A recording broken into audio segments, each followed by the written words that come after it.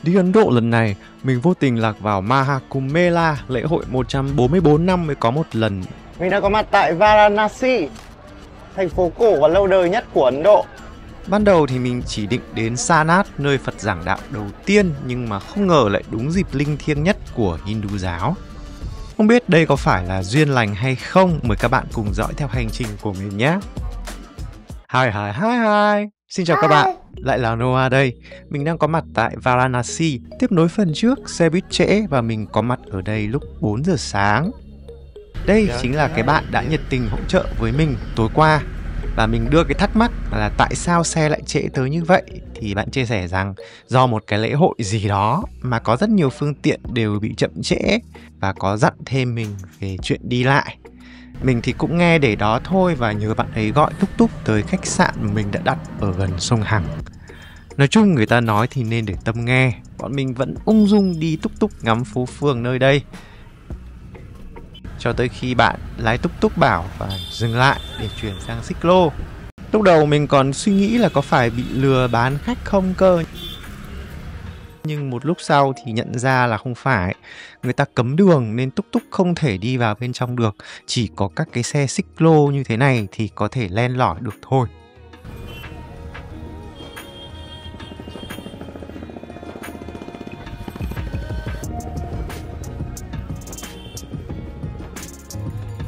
Xe xích lô của Ấn rất cao chứ không lùn lùn như xe xích lô nhà mình. Từ trên ngắm cảnh rất là khác biệt, đường phố Varanasi rất tấp nập. Varanasi là một trong những thành phố cổ xưa nhất của thế giới còn tồn tại đến ngày nay với hàng ngàn năm lịch sử. Thành phố này nằm bên bờ sông Hằng và được coi là nơi linh thiêng nhất đạo Hindu hay là Ấn Độ giáo. Vì vậy cho nên mình nghĩ đông cũng phải thôi. Đến đoạn này thì đường bắt đầu hẹp lại, rất đông người rồi.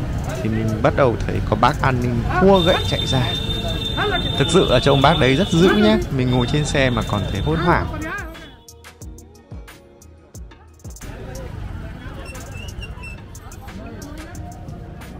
Vì không đi được đường này, bây giờ bác đạp xích lô sẽ phải đi đường khác. Nhìn người ta cũng thương mà. Thử thách chưa dừng ở đó, bây giờ là vào các ngõ nhỏ.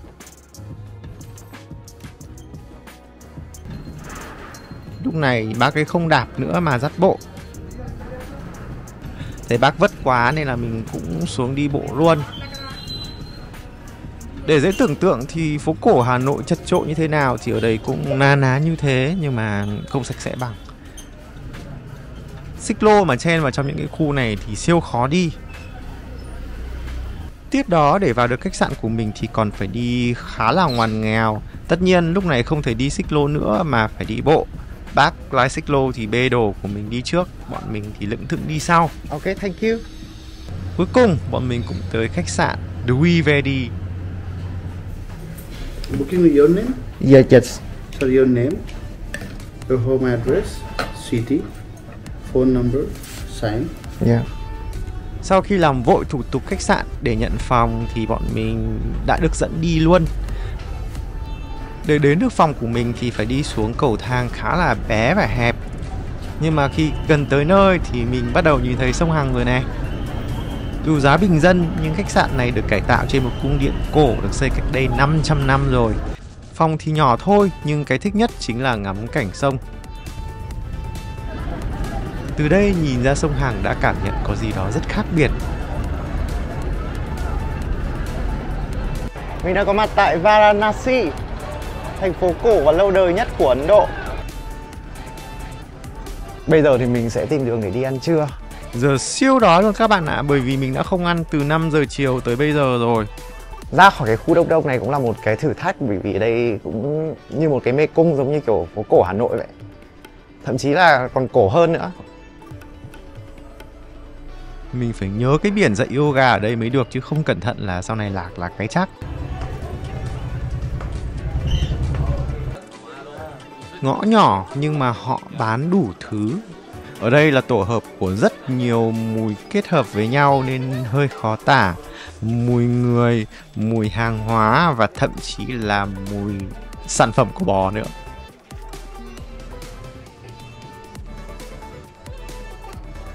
Sau khi ra khỏi ngõ xong là đường lớn với cái khu chợ này.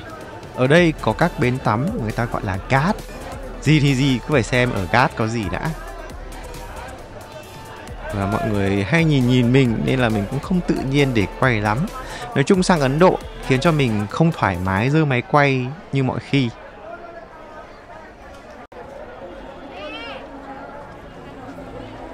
Tới đây thôi là đã thấy đông khủng khiếp. Lúc này mình mới bắt đầu mơ hồ nhận ra đây là một cái lễ hội siêu lớn và bắt đầu tìm hiểu. Lễ hội này có tên là Mahakumbh Mela. Vào năm 2025 này chính là thời điểm linh thiêng, đánh dấu một cái dịp đặc biệt 144 năm mới có một lần, bởi sự kết hợp hiếm có giữa mặt trời, mặt trăng và sao mộc theo chiêm tinh học của Ấn Độ. Thật ra, địa điểm chính diễn ra là Prayagaji, cách Varanasi 120 km, nơi 3 con sông giao nhau.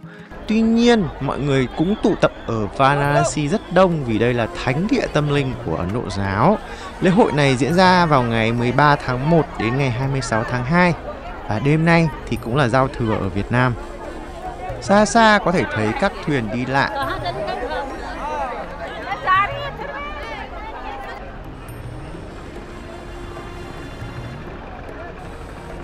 Và gần đó người ta bán các vòng hoa để đeo lên cổ như những người trên phố mình gặp lúc nãy. Khu vực này người ta vừa tắm lên khá nhiều.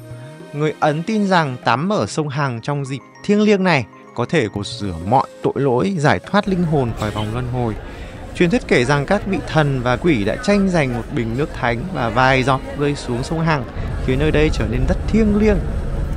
Hàng triệu người sẽ hành hương từ khắp Ấn Độ và thế giới về đây để cầu nguyện, thiền định và tìm kiếm sự thanh tịnh.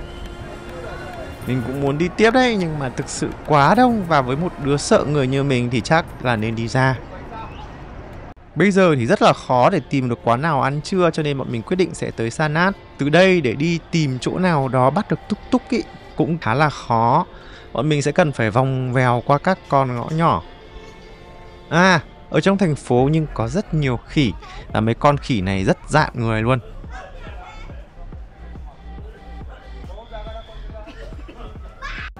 Ra tới đường lớn hơn thì mình bắt đầu quan sát được dòng người đi hành hương.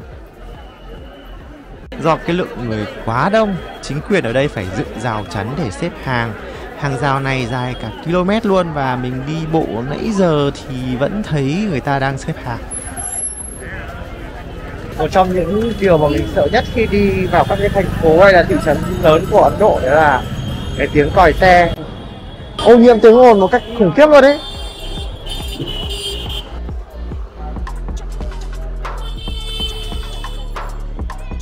Sau khi đi bộ khoảng gần 3 km thì bọn mình tới được cái khu này có thể gọi tuk tuk đến được Sanat.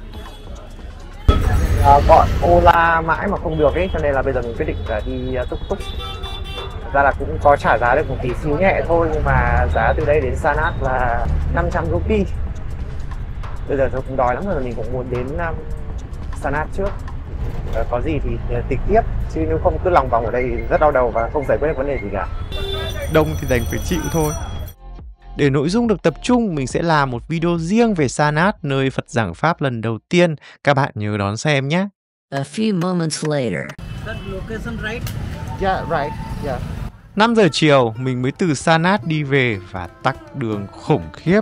Lúc đi về thì giá tuk tuk chỉ có 300 rupee thôi. Tuk tuk phải dừng lại cách khách sạn của mình tầm 3 km, và tất nhiên lúc này chỉ còn cách là cục bộ đi về. Thế nhưng mà 3 km này nó xa lắm các bạn ạ, bởi vì đường phố sẽ toàn người là người như thế này thôi. Bây giờ nhiệm vụ về khách sạn trở nên khó khăn hơn bao giờ hết. Ban đêm còn đông hơn là ban ngày, và nhiều đoạn thì mình phải đi chui qua hàng rào của người ta để vào ngõ. Cách tìm do một người dân chỉ cho mình ý, là bây giờ mình cần phải đi ra cái bến tắm trước, rồi từ cái bến tắm đó mới theo cái đường đó để lần đường về. Còn nếu chỉ xem trên Google Maps thì rất là khó định vị, do dòng người quá đông và tín hiệu mạng nó cũng sẽ không ổn định. Lòng vòng gần 1 tiếng đồng hồ đường này, thậm chí mình đã dẫm cả phải sản phẩm của bò thì mình mới tìm được đường về. Bây giờ ở bến tắm thì mọi người không tắm nữa rồi, nhưng mà là giờ của các cái nghi lễ. Ánh sáng bên bờ sông Hàn vô cùng là lãng mạn luôn. Về tới khách sạn, đã là 9 giờ tối. Bạn lễ tân nói với mình là mai sẽ là một trong những ngày tắm linh thiêng nhất trong dịp này, là ngày trăng non. Ở Việt Nam mình chính là mùng 1 Tết ấy. Về tới Việt Nam xem lại sự kiện này thì mình mới thấy hoảng hốt về những con số. 660 triệu người đã tham gia hành hương và có một sự cố dẫm đạp dẫn tới 30 người thiệt mạng và rất nhiều người bị thương đã xảy ra vào ngay cái hôm sau mình đi. Vậy là mình rời đi cũng may mắn đúng không các bạn? Nhưng để đi được thì không hề dễ dàng đâu. Mời các bạn nhấn theo dõi để đón xem video tiếp theo của mình với hành trình ám ảnh ở ga tàu Varanasi nhé. Còn bây giờ thì xin chào!